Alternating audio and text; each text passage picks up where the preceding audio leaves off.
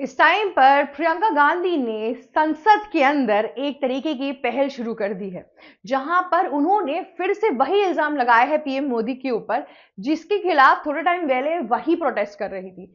इस पूरे इल्जाम का मकसद तो समझ में नहीं आ रहा है लोगों को, पर इस टाइम पे ये जरूर समझ में आ रहा है कि कांग्रेस पार्टी किस तरीके से दोगलेपंथी करती है। जब इतने टाइम से बीजेपी कह रही थी कि एसआईआर लाना बहुत ज्यादा इंपॉर्टेंट है, बांग्लादेशी मुस्लिमों का जो वर्चस्व है हमारे देश के अंदर वो बढ़ता ही जा रहा है।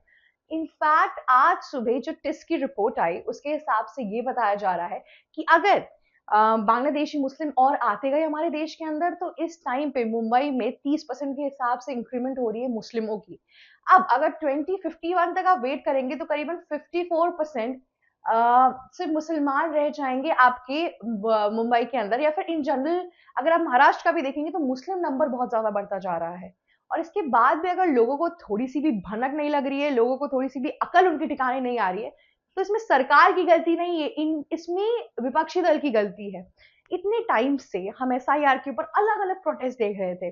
अलग अलग विपक्षी दल के नेता, अखिलेश यादव, अबू आजमी, ओवैसी साहब हो गए, फिर आपकी प्रियंका गांधी, सुप्रिया श्रीनेत, ये सब लोग एसआईआर के ऊपर बोल रहे थे, राइट। लेकिन अब इस टाइम पे जब बांग्लादेश के अंदर दीपू चंद्र दास के साथ जो हुआ, उसके बाद से सबकी सिट्टी बिट्टी गुल हो गई। उसके बाद से सब हो गए, क्योंकि उनको समझ नहीं आ रहा ना कि अच्छा अब वहां पे अगर हिंदुओं के साथ इतना बुरा हो सकता है, तो हमारे देश में इस टाइम पे कितने ढेर सारे बांग्लादेशी मियाँ हैं। अब ये आसाम की जो रिपोर्ट आई उसके अंदर निकला कि करीबन 40% आसाम के अंदर सिर्फ इलीगल मुस्लिम्स बैठे हुए हैं जो बांग्लादेश से आए हैं। इनफैक्ट रोहिंग्या मुस्लिम्स भी बैठे हुए हैं। और इस टाइम पे जो पूरा माहौल है वो इतना खतरनाक और डरावना हो चुका है जिसके बारे में मैं आपको बता भी नहीं सकती हूँ। और इसको देखने के बाद भी इन लोगों की अकल में कुछ भी थोड़ा सा भी चेंजेस नहीं आ रहा है।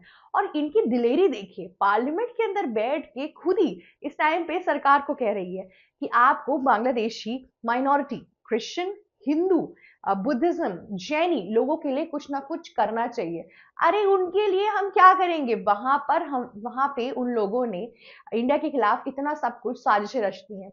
ऑलरेडी मोहम्मद यूनुस ने पाकिस्तान के साथ बातचीत बढ़ा दी है। कभी भी किसी भी समय कुछ वॉर लाइक सिचुएशंस भी हो सकती है, आप इसको कहीं से भी फॉर ग्रांटेड नहीं ले सकते हैं। वहां पे माहौल इतना ज्यादा गर्म हो चुका है कि मैं आपको क्या ही बताऊं। इस टाइम पर जिन स्टूडेंट ऑर्गेनाइजेशन की हेड्स की डेथ हो रही थी उसमें से एक और बंदी का मर्डर कर दिया गया है और उसका इल्जाम फिर से इंडिया पे लगाया गया है। और उसके बाद से आप चाहती हैं कि इंडियन गवर्नमेंट मोहम्मद यूनुस से बात करे। अरे ये तो बेवकूफी वाली बात हो गई, इंडियन गवर्नमेंट बात ही नहीं कर पाएगी मोहम्मद यूनुस से। और अगर अभी तक इसको नेगोशिएट होना होता और मोहम्मद यूनुस इतना सुनने वाले होते, तो आपको लगता है कि ये बात इतनी दूर तक पहुंचती, इतनी ढेर सारी दिक्कतें होती। वहां पे इंडियन हाई कमीशन के बाहर एनसीपी, जो आपकी स्टूडेंट ऑर्गेनाइजेशन पार्टी है, जिसका सिर्फ यही काम था कि कैसे शेख हसीना की पार्टी, शेख हसीना का ऑफिस, शेख हसीना की एग्जिस्टेंस बांग्लादेश के अंदर से हटा दिया जाए। और वही सेम चीज हो भी रही है वहां पे। और आप चाह रहे हैं कि इंडिया बांग्लादेश से बात करे, उनको डराए और वहां पे माइनॉरिटी के लिए कुछ करे। अरे अपने देश में भी देख लीजिए, इस टाइम पे हमारे देश के अंदर इस टाइम पे इतने ढेर सारे बांग्लादेशी मियाँ हैं। इसीलिए हम एसआईआर की प्रक्रिया शुरू कर रहे थे, जिसके तहत हमने बहुत से लोगों को ऑलरेडी भेज दिया है, पर अभी भी बहुत लोग बचे हुए हैं। और आपके विपक्षी दल के नेता इस प्रक्रिया को पूरा होने ही नहीं दे रहे थे। हर मिनट पार्लियामेंट के बाहर अलग अलग तरीके के प्रोटेस्ट करते हुए राहुल गांधी, सोनिया गांधी, प्रियंका खारगे और मल्लिकार्जुन खड़गे हमेशा दिख रहे थे उस टाइम पर। लेकिन तब इन लोगों को नहीं समझ में आ रहा था। लेकिन अब जब इनके सामने, इनके एकदम ही करंट एग्जाम्पल इनके सामने आ गया, तब ये सोच रहे हैं कि अच्छा, जनता को मैं जिस हिसाब से आश्वासन दे रहा था कि इस एसआईआर की प्रक्रिया की वजह से वोटर लिस्ट से लोगों को हटाया जा रहा है, लोगों के साथ अन्याय हो रहा है, अब मैं क्या काउंटर दूं? अब तो मेरे पास कुछ बता ही नहीं है। और साथ ही साथ पूरा पासा भी पलट गया है। तब ये लोग अब सांसद के अंदर जाके अलग अलग तरीके के क्या कहते हैं चीजें बता रही हैं। इसमें भी बांग्लादेश में जो हो रहा है माइनॉरिटी के साथ, इसमें भी इन्होंने सेंटर को ही कुचलवा दिया है। वहां पे भला बीजेपी की क्या गलती है कि हिंदुओं के साथ वो ये काम कर रहे हैं? वो तो ऑब्वियस सी बात है कि वहां पे हिंदुओं का यही हाल होने वाला था। इसीलिए इंडिया ने इतने टाइम से एनआरसी लाने की प्रक्रिया शुरू की, क्योंकि हिंदुओं के लिए इस पूरे दुनिया के अंदर अगर एक रिलीजन को सपोर्ट करने वाला एक कंट्री कंप्लीटली बैठा हुआ है तो वो सिर्फ और सिर्फ इंडिया इस टाइम पे।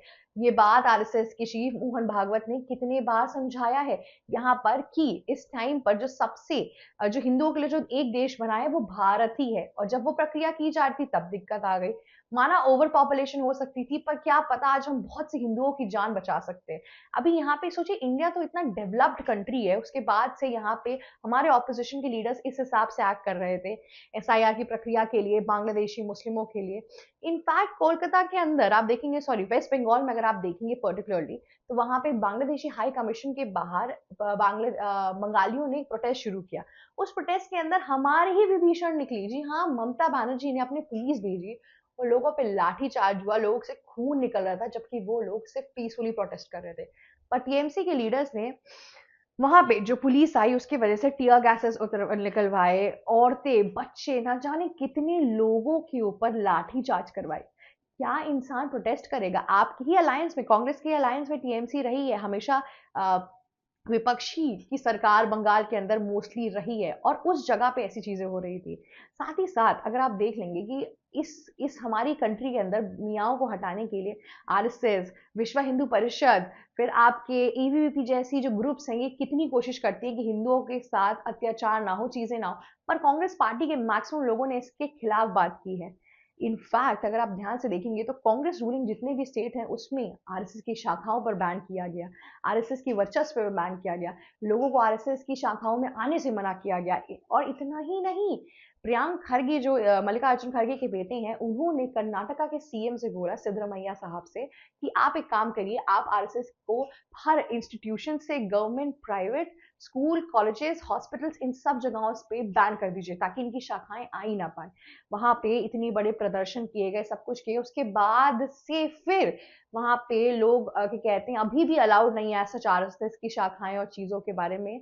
लेकिन देखिए किस तरीके से मोड़ लेना पड़ा हिंदुत्व को हमारे देश के अंदर, क्योंकि हमारे विपक्षी दल के नेता इस चीज को सपोर्ट ही नहीं कर रहे थे।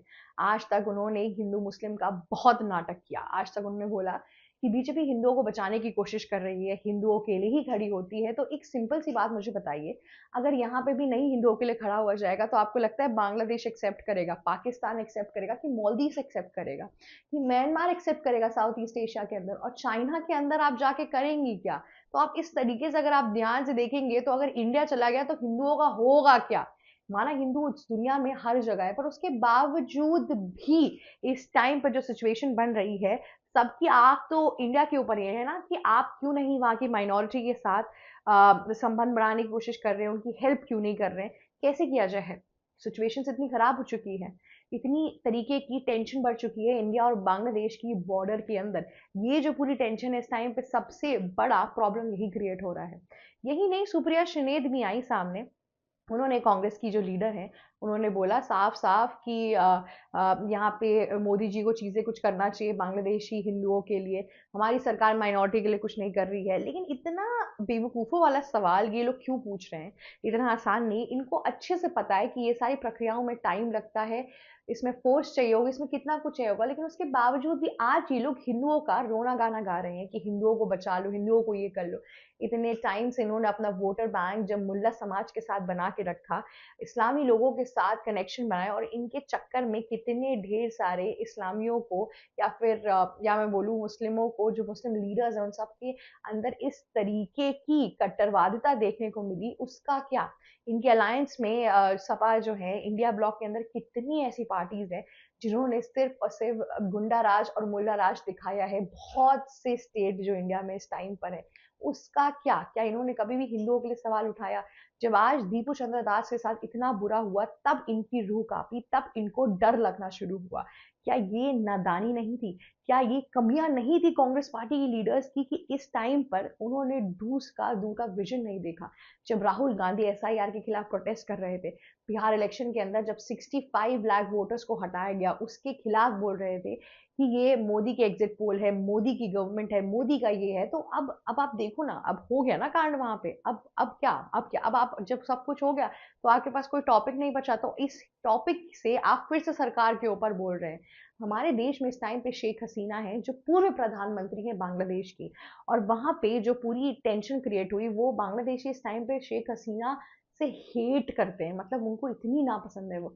उनकी जान को जैसे तैसे बचाया गया इंडिया के अंदर रह के। आपको लगता है कि मोहम्मद यूनुस नरेंद्र मोदी से बात करना चाहेंगे? उनको भड़काया गया इसी नाम पे कि शेख हसीना को पनाह देने वाली जो कंट्री है वो इंडिया है। इंडिया ने एक औरत को बचाने की कोशिश की, इंडिया ने एक प्राइम मिनिस्टर की जो डिग्निटी होती है उसको मेंटेन करके यहाँ पर शेख हसीना को श्रेय दिया। आपको लगता है इन सब चीज़ों के बाद से मोहम्मद यूनुस या बांग्लादेश के कोई भी इंसान आपकी बातें सुनना चाहेंगे? और अगर उनको सुनना ही होता तो ये पूरा गेम और ब्लेम गेम जो उन्होंने किया है, मर्डर का फालतू में झूठा इल्जाम लगाया, ये वो करते ही नहीं। लेकिन उनके पास कोई ऑप्शन ही नहीं बचा, तो उनको ये सब कुछ इस टाइम पर करना पड़ा। और विपक्षी दल के नेता, स्पेसिफिकली मैं राहुल गांधी की बात करती हूँ, इतने टाइम से चीजें चल रही हैं उसके बावजूद भी वो अपने जर्मनी दौरे पे गायब हैं। 5 दिन का बोल के अब हफ्ते से ऊपर होने वाला है और उनका कोई अता पता नहीं है। जब यहाँ पे ये सारी सिचुएशन चल रही थी तब वे वहां पे BMW की जो बाइक है उसका विश्लेषण कर रहे थे। दूसरी और अलग अलग यूनिवर्सिटीज में जाकर उन्होंने इंडिया की ईडी, इंडिया की डेमोक्रेसी से लेकर कितनी चीजों का मखौल उड़ाया।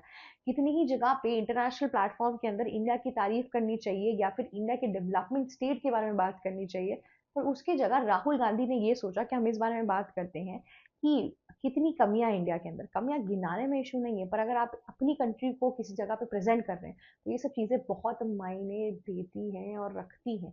तो इसलिए ये जो पूरा का पूरा इस टाइम पे प्रावधान चल रहा है, पूरी की पूरी लोगों की प्लानिंग और प्लॉटिंग चल रही है, इसमें सोच समझ के ध्यान से पढ़िए कि एक्चुअल में ये लोग बोल क्या रहे हैं, या आपको फिर से भड़काने की कोशिश कर रहे हैं। इनका पासा पलट चुका है, इनकी पैर पे खुद ही कुल्हाड़ी मारी है इन लोगों ने, इसीलिए ये कुछ कर नहीं पा रहे इस टाइम पर। इसीलिए यहाँ पर इन्होंने विक्टिम कार्ड खेल दिया है।